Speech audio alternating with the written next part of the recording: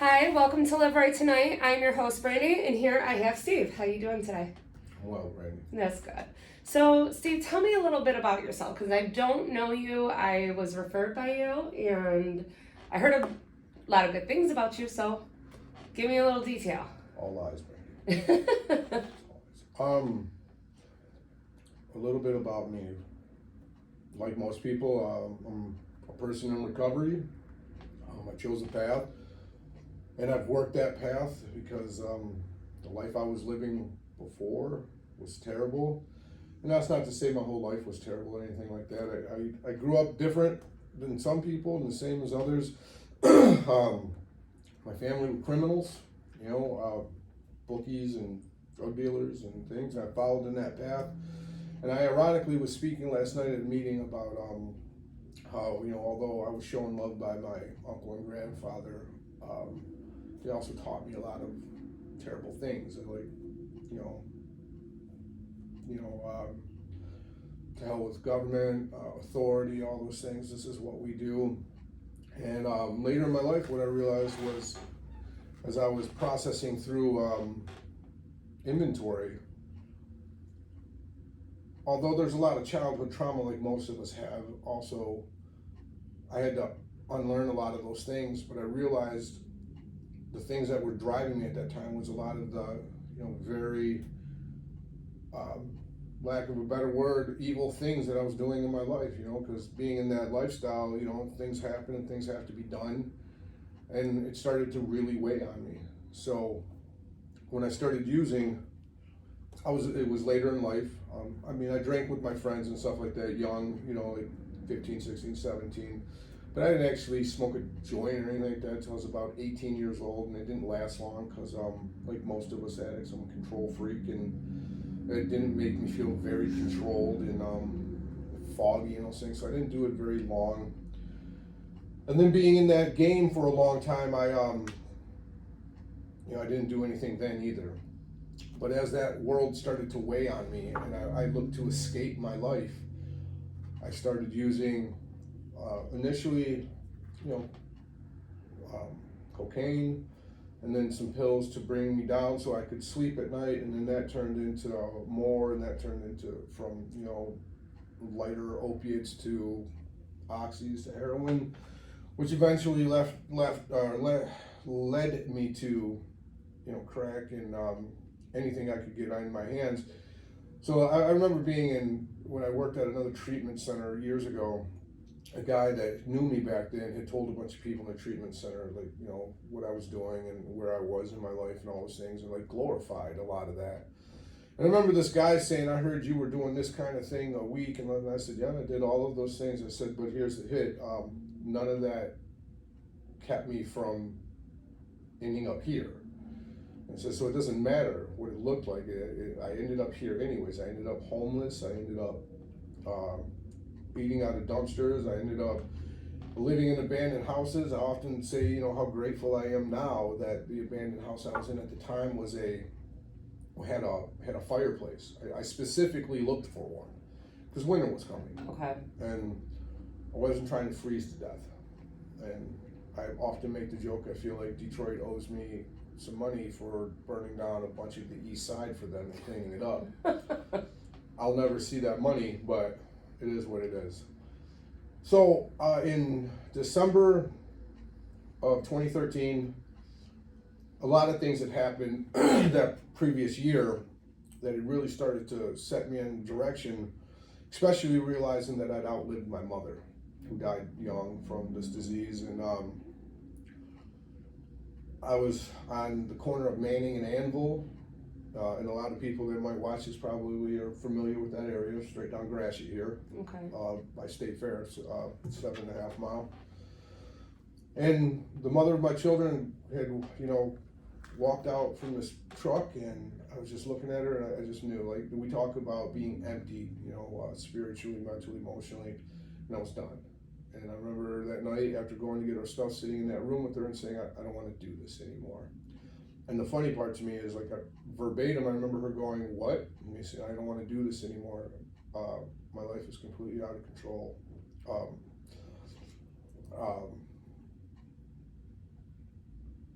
trying to think of what that step says. Anyway, it just said I'm completely powerless. My life is completely out of control. I have no control over anything right now. And granted, I've learned some things, but I find it ironic to me that the program I'm a part of spoke of being powerless. And when I went to rehab, I remember being in the gym and looking up at the wall and seeing that written up there, and feeling for the first time in my life like, well, I might belong here, because I had spoke those words before knowing anything about these things.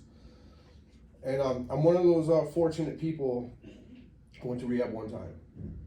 I remember walking in, and the lady that did the intake said, "Why are you here?" And I said, "To do whatever the hell you people tell me to." And she chuckled and said, "That's wonderful, but what drugs?" And I was like, "Went all of them, didn't matter." So I went through there, and I did what was asked of me by my, counselor, the people there. Ironically, or not ironically, I worked really hard. I ended up working there years later for a little while. The only issue I took with anybody there was my therapist, who, told me I was a codependent, and I was like, "Yeah, I know, I'm okay with that." And years later, when I worked there, I was able to walk into her office and say, like, "I want to apologize for, my arrogance when I was here. I've learned that I'm not okay with it." And that it drove a lot of my addiction, and it drove a lot of staying out there probably longer than I would have, because I was also addicted to the chaos of the relationship I was in, which I would like to disclaim, the mother of my children and I have a wonderful, very healthy co-parenting relationship now. That's good. We've both been in recovery for about 10 years, so. I was going to ask, how long have you been in recovery? January 3rd will be 10 years. Nice. Yeah. Congratulations. Yeah, my friend Jeff likes to make fun of me because I'm always like, "Well, I'm in my 10th year." But yeah, so what recovery allowed me was the opportunity to build my life and decide what I wanted. Okay. Who I wanted in it, what I wanted it to be. I tell people all the time, there's no such thing as limits, there's no sky. Beyond the sky is space, and it's infinite. Whatever work you're willing to put into what you want here, your recovery and your life can reflect how much work you're putting into it. I put a lot of work in. My friends think I should probably slow down, but I'm 100 if it's miles working. I'm 100 miles an hour all the time, and I enjoy my life this way. My therapist and I talk about it often. I like being on the move. Somebody had once said to me, "Well, where are you running from?" And I remember saying that to other people, people, really busy people, and I pondered that for a while. Like, am I running? I remember telling my therapist, this was actually a few weeks ago, we revisited it, and I said, I see my sponsor, and I talk to him constantly. I said, "I'm here every week." I said, "I don't think I'm running from anything. I deal with it, I address issues head on. I just like my life this way. I like being on the move. I like having things to do." Keeping yourself active. Yeah, well, I changed careers 3 years ago, so my business partner and I could get to know each other a little better. And now in my life, I'm in the process, as my other business with him starts to expand, being able to go back and just do recovery full time, and spend my life doing what I really enjoy, which is recovery, being of service to people, helping people, giving back what was given to me, and not expecting anything in return. The spiritual gifts we get, that good feeling inside is a wonderful gift all on its own. Like, to go back to what I said, and if you're doing the work, a lot of those things you can do without having to expect anything, because the other work that you're doing in your life will be so fulfilling. Mm-hmm. that it really, you don't need the accolades or any of those things. Although sometimes they come, and that's where we have to have sponsors and people like that, because if you're sitting in the rooms of recovery, you probably have some type of massive ego, and I know that I am one. So it's very important that I stay humble, and my sponsor has told me, in some ways, Steve, you're the most humble person I've ever met. In other ways, you have a massive ego. I'm like, carry both. Balance, so, it's wonderful. So that's a little bit about me. I have 2 children, 46, life is great. We're moving it forward. My kids do well. I was able to instill a lot of the principles of recovery into my children without shoving the program I'm a part of, or this or that down their throat. It became, I was fortunate, I pay attention, and when I had first found the rooms, I heard a lot of people, younger people, saying they didn't come to the rooms because their parents had forced it, or they didn't work for them or whatever. And so they had these resentments, and I didn't want that, because both of my children have the same mother and father, and the chances that one of them may end up in these rooms are pretty good. Right now we're pretty safe, but we never know. I came to it late too. Right. So I didn't want to be like, my program says this, my program says this. I just wanted to live it, and let my behaviors and things show my kids how much better life had gotten. And then, when they would be going through something, to say things like, well, we don't know what they're going through. We don't, we want to have some empathy for where they're at. You don't know how their home life is. Not everybody has, blah, blah, blah. And so I've been able to do those things. And my children are relatively normal, How old were they when you were still an active user? My son was 6 and my daughter was 4. Okay. Because one of my first passcodes at the end of it said 6 and 7, because they turned 6 and 7, or they turned 6 and 8 that year. That you were getting clean? That I got clean, yeah. Okay, so do they have any memory of you guys being active users? Not really. Now that they're older? Not really. Like I said, I was young, or I was young. They were young. I was young. As I look longingly into the past, they were young. And that's one of those blessings that I was given. My children didn't have that to they go were through. young enough where they don't remember that. Yeah. That's good. Yeah, it is. But now they see, they know of that. Mm-hmm. Do you allow them to know about absolutely. this? And then they just see what you guys gone through to where you guys are now. I don't think hiding it is healthy for the individual or our children or the people around us. I agree. Being honest. You need to let them know how horrible it is. Let them know about eating out of the trash cans. Let them know about, for some of you women, and not all of you, but let them know about what it's like, that feeling inside when you have to get out of a car or get into one, or when you have to rob somebody, or when a drug dealer is looking for you, or whatever, having to go to your family and not because they aren't concerned, but you look so pathetic that they just want you away, so they give you what you want. Mm-hmm. One of the hard truths I learned early, it's probably about 18 months, and I used to say this thing about no matter if I was 3 days dope sick or not, I would crawl to see my kids. In about 18 months, I was talking about going to see my uncle and hoping that I looked pathetic enough that he would give me money or drugs. And it hit me like a ton of bricks that my kids were a byproduct of where he was, because had he been somewhere else, I wouldn't have been there. And that was a hard truth. That this is one of the things I like about being in a program, is that you get hit with hard truths and then you can adjust. And then if you're working the program, hopefully you can be honest with yourself. I didn't go over there to see them. My disease had complete control, and I went and did what I had to do to get one. End of story. Right. They just happened to be there, and I'm very grateful for my grandmother and stuff like that, because they had a safe place while I was out there. And she saved my life. She finally got sick of me and finally told me to leave. Told me the babies could stay, but I had to go. And I'm grateful, because had she not, I have no idea where I'd be right now. Right. I highly doubt that I would be doing any of this. I'm not going to go as far to say I would still be on drugs. I don't know, but I know I wouldn't be as peaceful in my life, and as calm and where I'm at, and with the ability to teach and do the things that we do here. That wouldn't be happening. You don't get fulfilled living like that. When you get to be of service to other people and help a lot of other people, directly or indirectly, it gives you a sense of fulfillment. You have purpose. Right. And I like that purpose. That we get driven and focused. Now, you said that you are in business with someone. What do you do, if you don't mind me asking? Well, we do a few things. We own and operate Subways, Okay. which I literally just came here. And then we have another business, recovery homes for currently men. That's awesome. But women will be soon when I can find management for that. Now with specifically for MAT. Okay.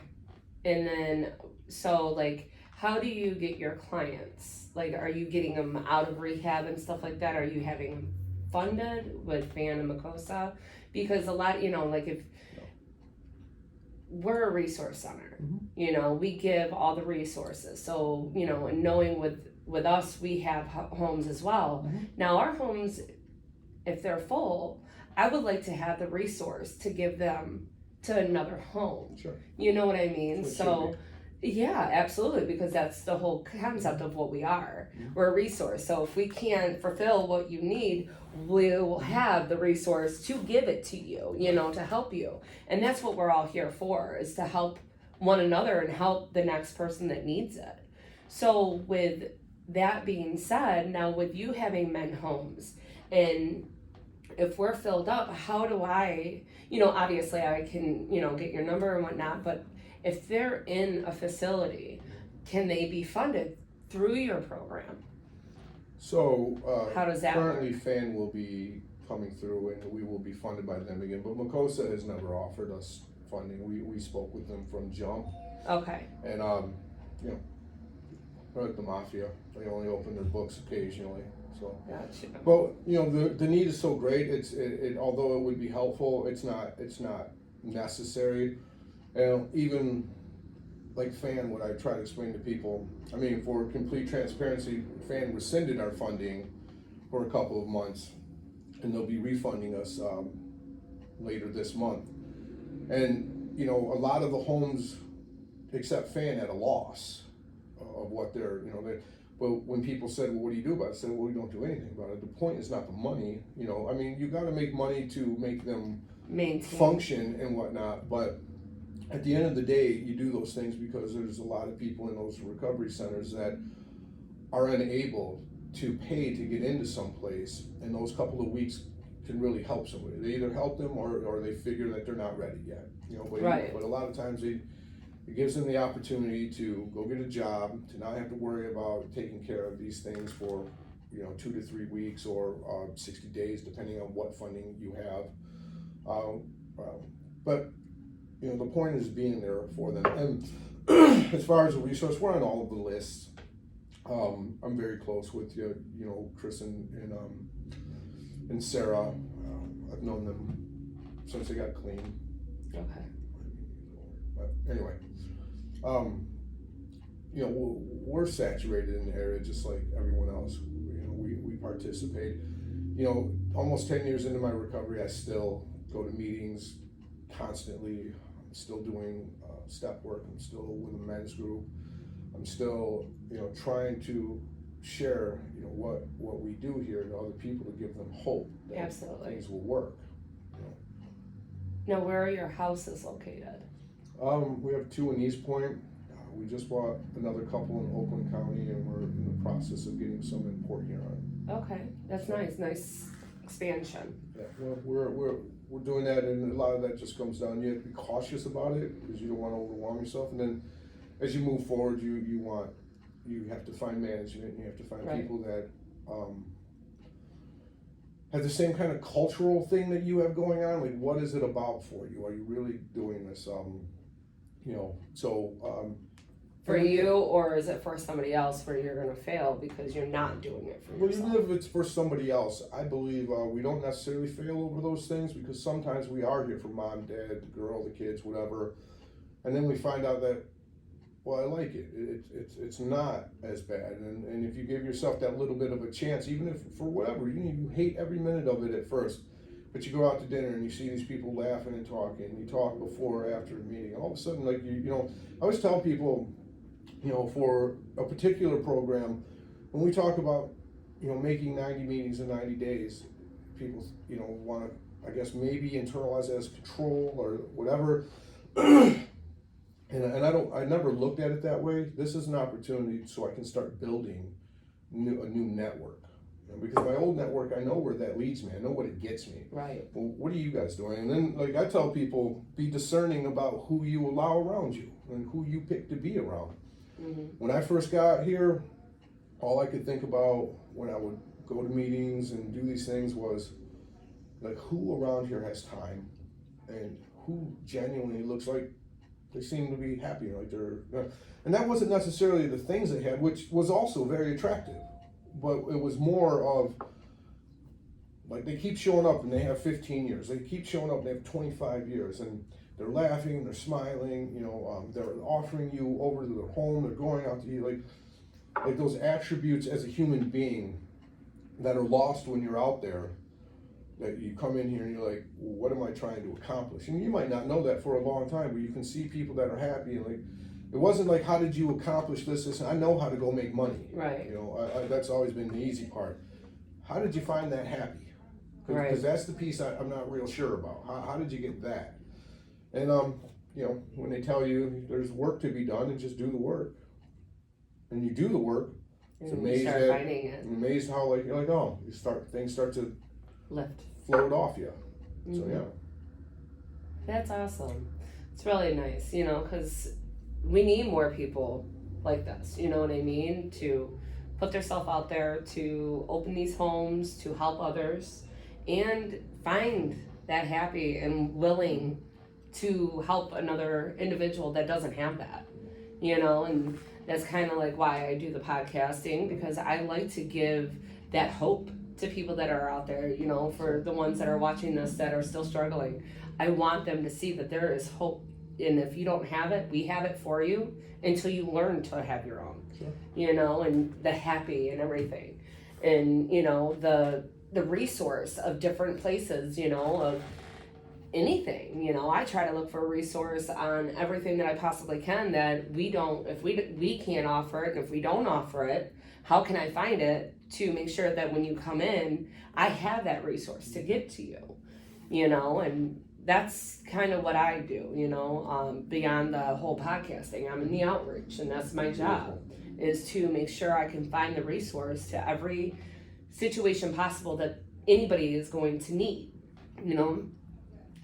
coming in and out of the rehabs, the jails, the prisons, just even off the street. You don't have food. I have, if we don't have it, this is where you can go. I know they'll have food there. You know what I mean? Like, I go over and beyond. That's what we do in our outreach, is making sure that we have the resource, no matter where it's at. If it's here in our facility, if it's not in our facility, we know where you can go. Yep. And we try to make sure that it's in, mostly because if they're calling here, they're pretty much in the area, so we try to find it in the area, but then we also look in the outer skirts, if people are calling from Detroit, we try to, find it in their area. If I don't know, I tell them, call me back in like 2 hours, I'll have something for you, so that's where I dig in, and I'm like, all right, I'll find something in that area. So, and it's nice to meet people that are in that line, and that are willing to give their time to help others. It's one thing I like about my job. Well, we got and nothing to hear. We need to remember that without these fellowships, these programs, we probably don't have the things that we have, but right. More importantly, the peace we find. Absolutely. I'm a gigantic Jack White fan, and he's got a song called "Shedding My Velvet," where he says, it's better to illuminate than merely to shine. And I think about that all the time. Like, it's far better to teach and to show people the light and to show people how, or to have the information, than it is to be a bright shining star out there that has, whatever people, whatever. It's just, I'd much rather be a teacher. Yeah. Than to just be a star or famous or these things. I'd much rather just teach people and help them. I agree. Yeah. I 100% agree. And, I won't take much more of your time, but... Oh, God, it's time. Anybody that's watching this knows I love the sound of my voice. At least in my head. Oh yeah, you talk a lot to yourself, huh? No. I talk a lot in general. But I just want to say thank you. I appreciate you reaching back out with me and coming here and telling a little bit about your story, and then the resources that you have that you are offering, and and just being you. Like I said, we need more people like this out there, and thank you for being one of them that are willing to help others, and others that are struggling, because it's hard. And but again, thank you for coming, and I appreciate you. Hope you appreciate what you do. I do. Good. I love it. But thank you again. And everybody else, thank you for watching, and have a blessed day.